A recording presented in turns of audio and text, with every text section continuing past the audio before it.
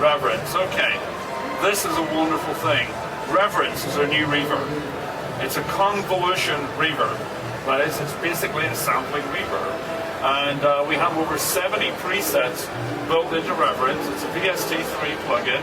So we can pick a preset here. Let's try small hall. You can see that is the sample of the hall we're going to be dealing with. There's a picture that shows what we got. We can browse through different things. Let's take a martial arts stadium, a Viennese hall, wooden church, whatever you want to have. And we can even get information on where that original sample was taken. You can, if you want your sound to be inside, you know, a New York ballroom, there we have it. If we click on the information button, you'll see that, whoops, up here, in the middle there, Greg. Yeah, click it. Just hit that one. There we go. And we can see what that is. It's a grand ballroom located in New York City. The entire floor is carpeted. You get a powerful low-frequency reverb. It will describe exactly what that room is, and it will sound like you're playing in that room. Like I said, we have about 70 different presets. You can also time scale the reverb, so you can actually extend the reverb sound or narrow it a little bit. You can, here we go, just time scale that a little bit. And you'll see that the reverb tail gets longer or shorter.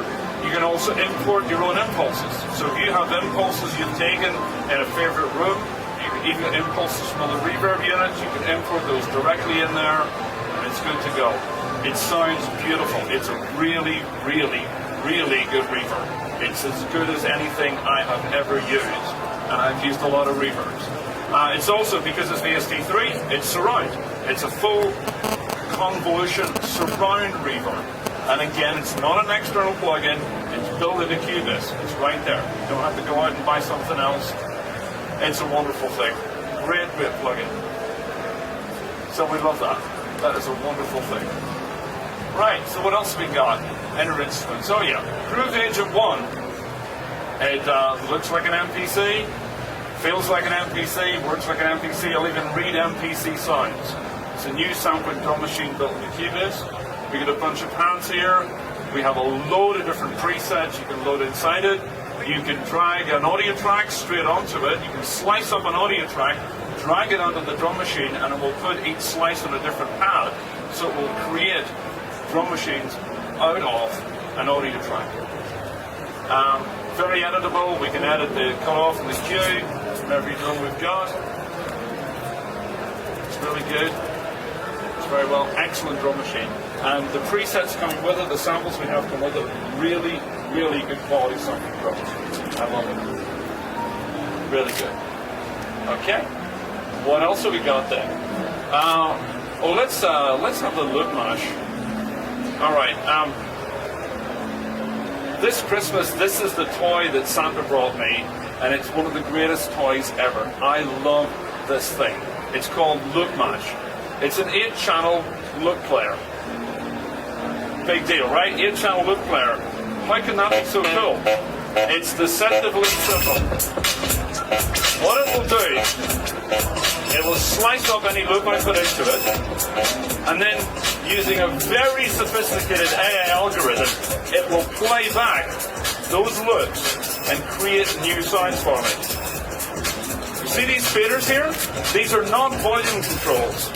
What those faders do is they tell Cubase to play more or less slices of that particular track.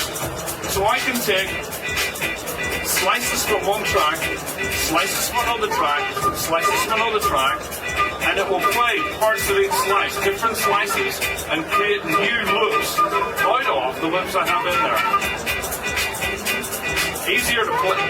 I can take an hour to explain it, or you spend 30 seconds on it, and it's fabulous.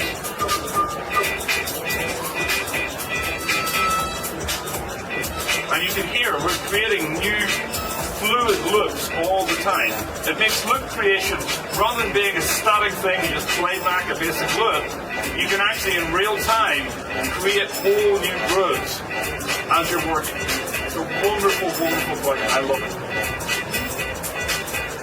We can also put presets on these pads and then just trigger different presets by clicking on the pads.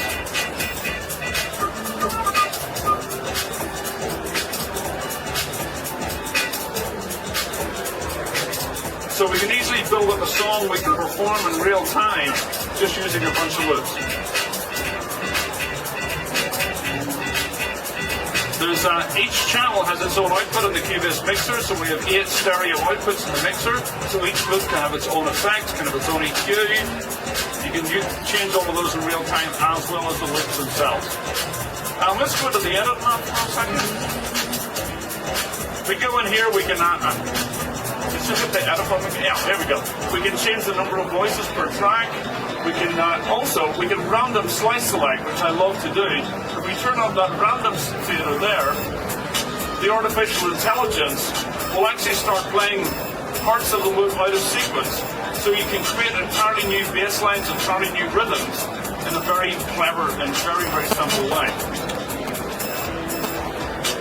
Great plug. I love it. Wonderful instrument. It's going to be a really big hit. It's totally going to change the way I use loops, I can tell you. Alright, what else have we got? VST expression. Cubase has always been a favorite tool for composers. Film composers, game composers, they love using Cubase.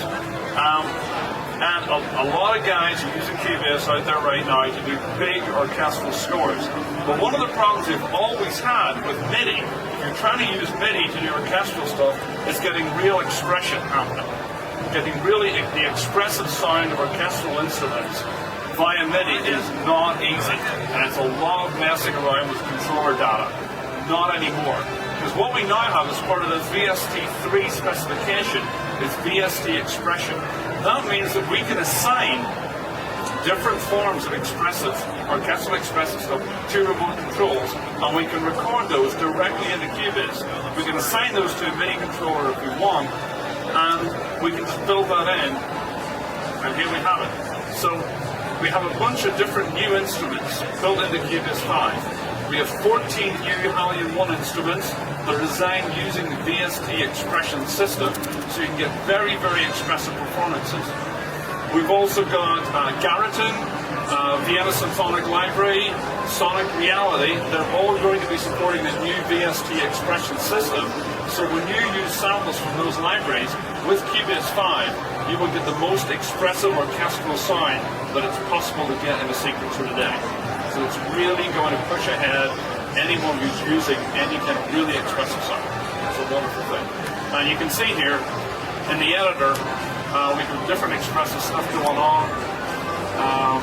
We've got open, dead, muted, flageolet, hammer, slide, marcato. All of these things now are really, really easy to get to and operate. All right. What else we got? Moving right along. Batch export. Simple enough feature, but one that's, if you're archiving a lot, if you're moving your tracks along to a different DAW, we now have batch export. You can export all your tracks in one easy go, set up what you want to do, leave it, go get a cup of coffee, come back, everything's exported in a really good archiving format. Really speeds up the workflow. Alright, and coming right after that, what we got? We now have a new tempo track, we have a new range track, much easier to operate the temperature, tempo and signature changes than we had before. Again, very useful if you're doing a lot of tempo changes. You just draw it in there on the track like you would any other controller data. New enhanced sample editor, the media bay has been improved.